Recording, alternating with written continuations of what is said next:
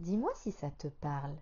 Tu as un TDAH, tu as un objectif, un vrai objectif, genre un beau, quelque chose auquel tu crois vraiment, mais autour de toi, tout le monde te dit la même chose. Vas-y doucement, découpe ça en petites étapes, pense smart, c'est spécifique, mesurable, atteignable, réaliste, temporel. Et toi, en tant que femme TDAH qui vit avec ce cerveau depuis des années, souvent sans même le savoir, tu les écoutes, tu essayes, tu fais ta petite liste bien rangée, tu coches les petites cases et rien. Tu t'en fous, tu procrastines, tu commences, tu termines jamais, tu oublies même que tu as même commencé ou que tu commences et tu t'arrêtes au bout, allez, de 3 jours, une semaine. Parce que ton cerveau, lui, il est déjà passé à autre chose. Et bien sûr, tu te dis que le problème, c'est toi, que tu es fainéante, que tu n'as pas la discipline, que tu n'arriveras jamais à rien, que les autres y arrivent et pas toi, et pourquoi toi tu n'y arrives pas. Eh ben non, stop, stop à toutes ces pensées. Aujourd'hui, on va parler de quelque chose que personne ne dit, ou presque, quelque chose de contre-intuitif, quelque chose qui va peut-être te choquer. Parce que pour ton cerveau TDAH, c'est le projet trop grand qui marche. Reste avec moi, t'inquiète.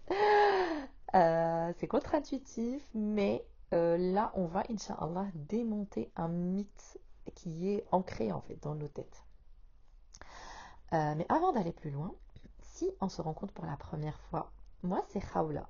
Ça fait 4 ans que j'accompagne des femmes qui ont un TDAH ou qui ont des enfants qui ont un TDAH à mieux vivre avec, à avoir une vie plus douce, plus agréable, de se réconcilier avec cette neuroatypie et voilà, d'accepter cette épreuve qui peut peut-être parfois être un peu difficile à accepter ou à gérer.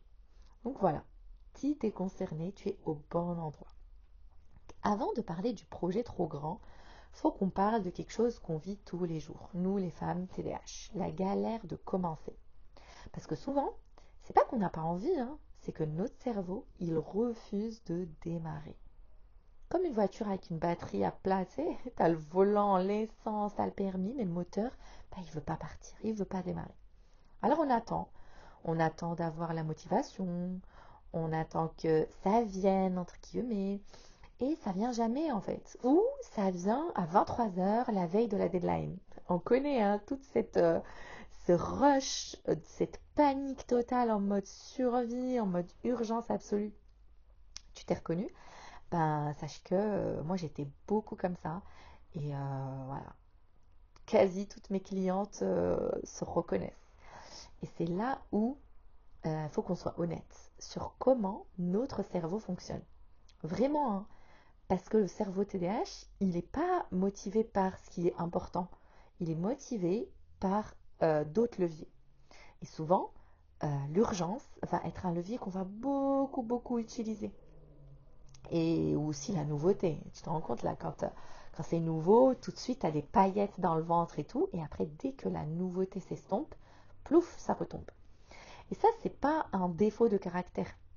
C'est une réalité neurologique, car rappelons-le, le TDAH, c'est un trouble du neurodéveloppement et c'est pas psychologique. Bien sûr qu'à côté, on peut avoir de la psychologie, notre âme aussi peut être agitée, etc. Mais juste, on ne peut pas mettre ça sur le dos du TDAH. Ça peut être autre chose. Là, on parle du TDAH, notre cerveau. Pourquoi j'ai dit notre? Parce que j'ai aussi un TDAH. C'est vrai, je ne l'ai pas dit. Et bien, notre cerveau, il a un système de dopamine qui fonctionne différemment. La dopamine, c'est le neurotransmetteur qui va dire à notre cerveau, je caricature, vas-y, tu peux y aller. C'est le neurotransmetteur de la motivation, de la récompense. Et en fait, le problème, c'est que nos cerveaux euh, ne fonctionnent pas genre c'est bon, c'est important, j'y vais. C'est compliqué, c'est beaucoup plus complexe que ça. Et en fait, le résultat, c'est que faire les impôts, remplir de la papier, et surtout l'administratif, hein, c'est ce qui revient le plus, faire ton ménage, répondre à un mail important depuis 3 semaines, bah, notre cerveau, il voit aucun plaisir là-dedans, pas maintenant en tout cas. Et ce qui est pas maintenant pour nous, bah, ça existe quasiment pas, tu vois. Il y a Jessica Maccabe que j'aime beaucoup dans son livre How to ADHD. Elle a dit quelque chose qui m'a vraiment frappée. Elle décrit comme un mur qu'on doit grimper avant même de commencer une tâche difficile. C'est un mur fait de toutes les fois où on a essayé et on n'a pas réussi, on a échoué, de toutes les critiques qu'on a reçues, de toute la honte accumulée. Elle l'a appelé, comment elle l'a appelé? Elle l'a appelé a wall of awful. En fait, un mur de l'horrible. Et avant même d'attaquer la tâche elle-même, en fait, c'est comme si on devait d'abord grimper ce mur émotionnel qui est très difficile. Je ne sais pas si tu as déjà senti ce truc, cette lourdeur avant même d'ouvrir un document. Ce vide, cette espèce de résistance, mais physique, hein, que tu sens dans ton corps.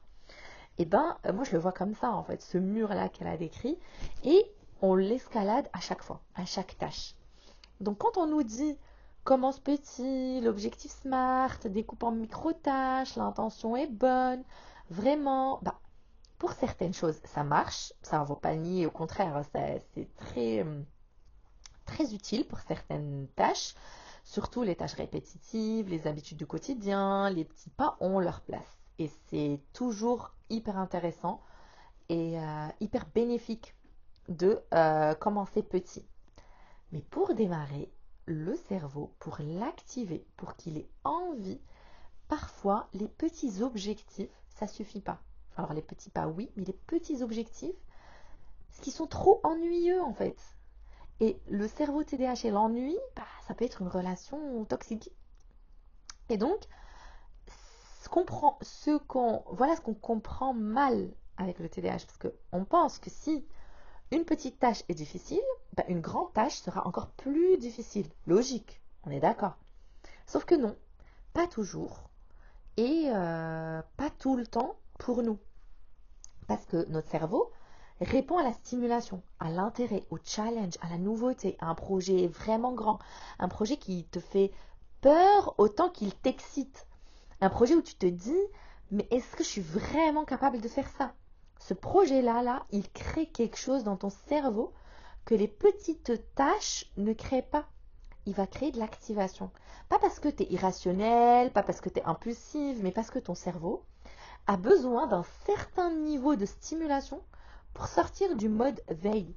Surtout si tu as un HPI, tu as un haut potentiel intellectuel, et que je sais qu'il y a beaucoup de femmes surdouées qui m'écoutent. Donc c'est surtout pour vous quand il y a un THPI aussi, donc un très haut potentiel intellectuel. Et en fait, on a besoin de stimuler le cerveau intellectuellement, on a besoin de quelque chose de très grand, ou en tout cas un objectif très grand, très noble, qui nous parle en fait, qui nous stimule. Et en fait, j'aimerais que tu penses à une ampoule, d'accord? Si tu envoies trop peu de courant, elle s'allume pas, elle reste dans le noir.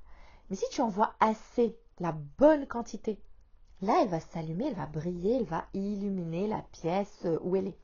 Et bien les petits objectifs, pour certains cerveaux TDAH, ben, c'est pas assez de courant. En fait, c'est pas qu'une image, hein. C'est vraiment le cerveau qui est chroniquement sous-stimulé. Tu vois, il y a une étude qui montre qu'on a plus de matière grise dans le réseau en mode par défaut. C'est la partie du cerveau qui part dans ses pensées, qui rêvasse, qui s'ennuie et tout. Et ce réseau-là, il est plus actif chez nous, chez les personnes qui ont un TDAH.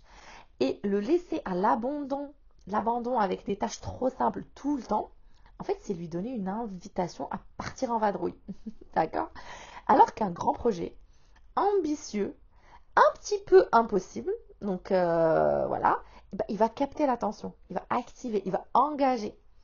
Et ce que ça veut dire, est-ce que ça veut dire qu'il ne faut pas planifier, qu'il ne faut pas découper, qu'il ne faut pas voilà, mettre des petites tâches, faire des petits pas, etc. Pas du tout. Au contraire, il faut le faire. Mais c'est le point de départ en fait, c'est l'objectif que tu te mets qui va tout changer. Si tu pars d'un projet qui t'emballe vraiment, genre ça te parle, tu as un feu à l'intérieur, tu as cette excitation quand tu en parles, bah en fait, la planification devient plus facile à tenir parce que tu te rappelles pourquoi tu le fais. Parce que ton cerveau, il est investi.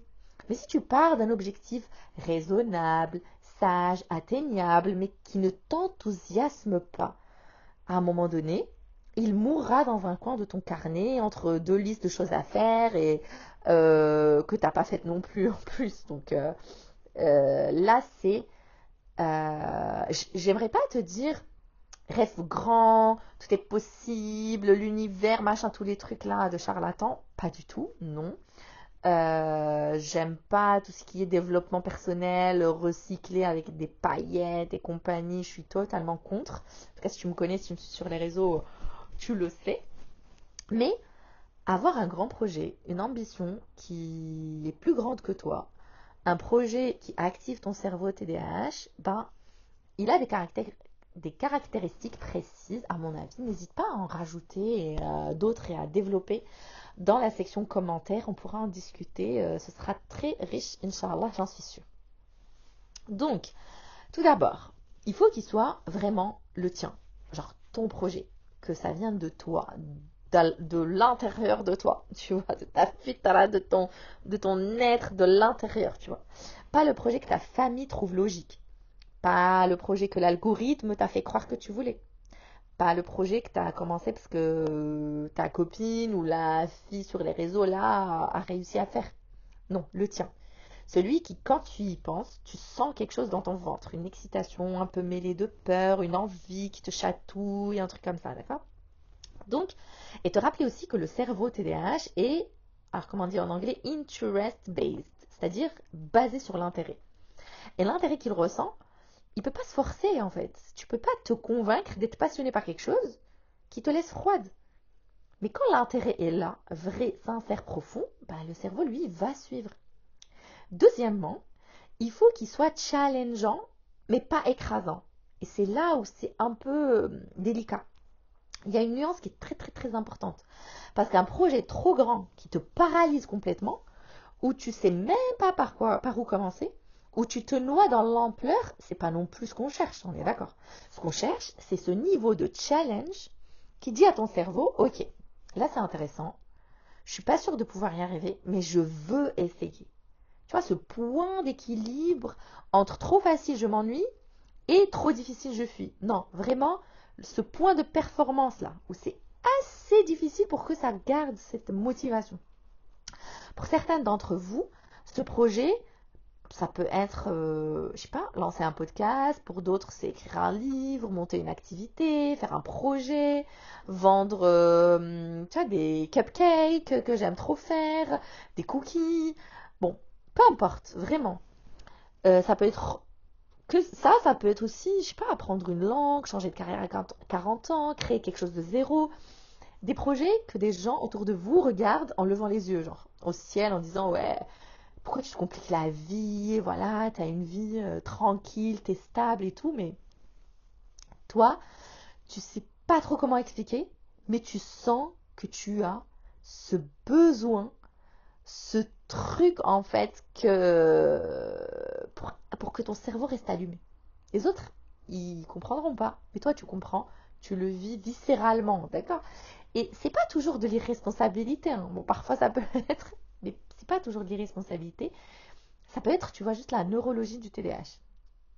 Et troisièmement, et le dernier critère, c'est qu'il faut accepter que le chemin sera non linéaire. Parce qu'avec le TDAH, on va pas d'un point A à un point B, en ligne droite. On se connaît, on se comprend. On va faire des allers-retours, on hyper focus 3 jours, puis on décroche une semaine, on avance par vagues. Et c'est ok en fait. C'est même normal. Et c'est important de le comprendre pour l'accepter, pour continuer en fait, de se dire ok, bah là je suis en phase down, ça va remonter. Parce que ce qui compte, c'est revenir en fait. De ne pas lâcher le cap global, même si le chemin est chaotique. D'accord? Et donc, on a compris que le cerveau TDAH a besoin de stimulation pour démarrer. Et on a vu que le grand projet est peut-être ce levier-là. Mais je compare qu'un truc parce que quand on cherche comment activer notre cerveau TDAH, il y a un levier, un autre levier qu'on entend partout, tout le temps. C'est même pas qu'on l'entend, c'est celui qu'on utilise. C'est le plus utilisé. C'est voilà, il est tellement trop utilisé qu'on peut tomber dans le côté obscur de ce levier, c'est l'urgence. D'accord? Mets-toi une deadline. Dis à quelqu'un que tu vas rendre quelque chose. Crée une pression externe. Alors, oui, ça peut marcher. L'urgence, ça active le cerveau TDAH, c'est réel. Mais à long terme, c'est épuisant. Vivre dans l'urgence permanente pour fonctionner, c'est pas une vie en fait, c'est de la survie. J'ai longtemps été comme ça, hein, je jette la pierre à personne. Mais tu te rends compte que c'est de la survie. Parce que ton cerveau, il sécrète de la cortisol et en fait, tu carbures à la cortisol, quoi. Et la cortisol, bah, ça détruit des neurones. Et au bout d'un moment, arrivé à un certain âge, tu n'y arrives plus. C'est épuisant et ça peut même mener au burn-out. Mais ce qu'on ne sait pas et ce qu'on ne nous a pas dit, et ce qu'on dit jamais ou rarement, c'est que ce n'est pas le seul levier en fait. Il y en a d'autres, beaucoup d'autres. Des leviers qu'on nous parle, dont on ne nous parle quasiment jamais. Des leviers qui existent, qui fonctionnent et qui sont peut-être beaucoup plus adaptés à qui tu es, à ta vie, à ta foi, à toi en fait. Il y a un truc qu'on démontre ensemble. L'idée que la motivation doit venir avant l'action. Non. Souvent, c'est l'inverse en fait. T'attends d'avoir envie de commencer cette envie et elle vient pas. Et si elle vient pas, donc tu fais rien, tu commences pas. Et quand tu commences pas, en fait, t'as encore moins envie. Alors que si tu commences juste 2 minutes, juste 5 minutes, juste une première phrase, juste ouvrir un document, juste lever en fait, l'action crée la motivation, pas l'inverse. Oui, c'est contre-intuitif, mais c'est prouvé en fait scientifiquement. Et ça change tout. Il y a un autre levier d'activation dont personne parle dans le monde du TDAH. D'accord? Même les coachs, surtout en dev perso et tous les livres et tout, on ne le mentionne pas. C'est les doigts, les invocations, les supplications. Demandez à Allah subhanahu wa ta'ala. Ok, je t'entends déjà, Khaoula, les doigts, c'est spirituel, c'est pas un outil de productivité et tout. Et si je te disais que pour moi, c'est les deux? Quand tu as un cerveau TDAH, une des choses les plus difficiles, c'est de démarrer. On en a parlé. Ce mur, cette résistance, cette paralysie parfois. Et en fait, la doua, c'est quelque chose de précis dans ces moments-là. Elle recentre. Elle sort ton cerveau du tourbillon des et s'y arriverait jamais. Elle te recentre en fait à quelque chose de plus grand que la tâche devant toi. Elle met ta journée, ton projet, ton effort entre les mains d'Allah subhanahu wa ta'ala. Et ça, c'est neurologie mise à part, ça change quelque chose dans le corps en fait, dans l'état interne, dans la capacité à commencer. Parce que Allah, on sait qu'il est Al-Haq, un de ses noms et attributs, c'est Al-Haq, le véridique, la vérité absolue. En fait, il nous dit dans le Coran, Ud'ouni astajib lakum. Demandez-moi, je vous exauce. Et ça, c'est pas une métaphore en fait, c'est une promesse d'Allah subhanahu wa ta'ala. Allah, le véridique, qui dit toujours la vérité.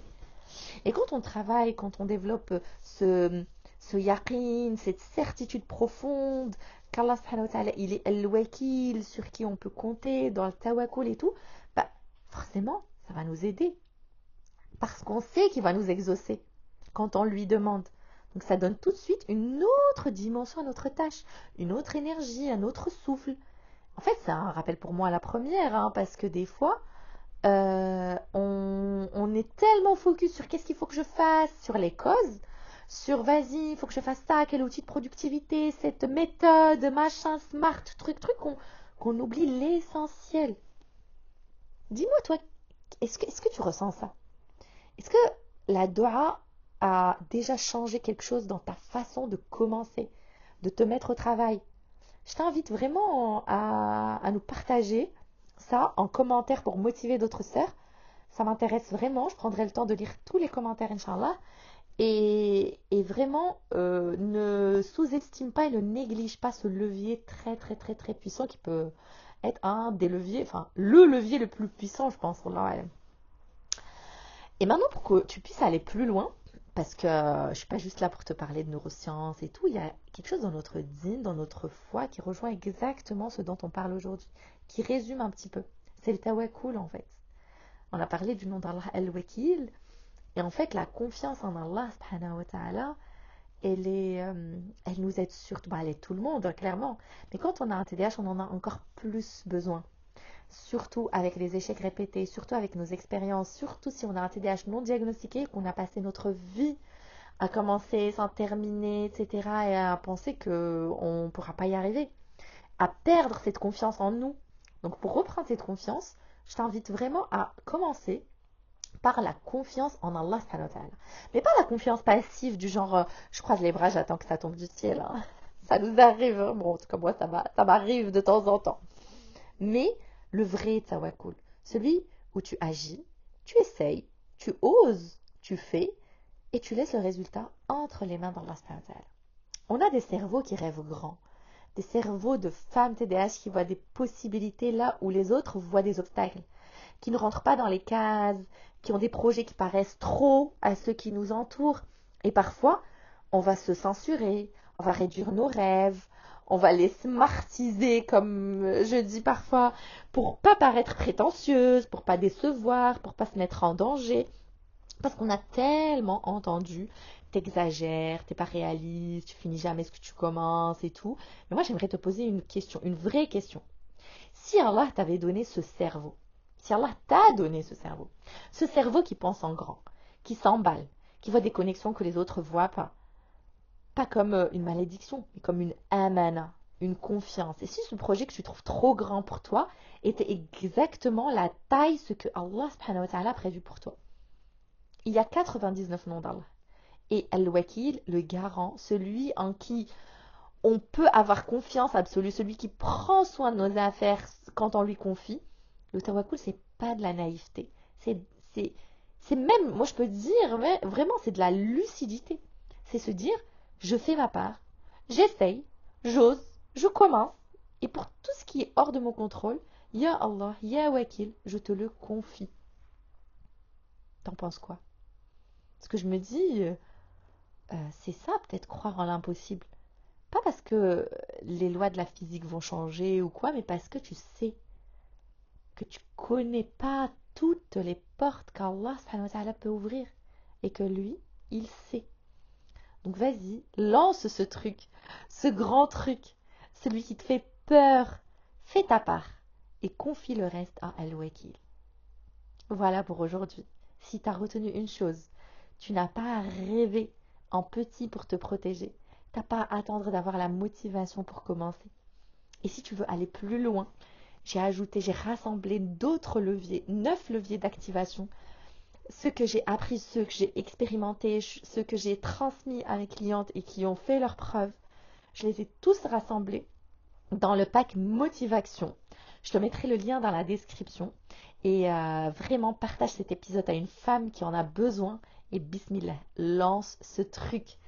Laisse-moi un commentaire, j'ai hâte, très très très hâte de te lire. Et n'hésite pas à mettre 5 étoiles à la chaîne ou à cet épisode pour que d'autres personnes puissent en bénéficier. Inch'Allah. Salam alaikum wa rahmatullahi ta'ala wa barakatuh.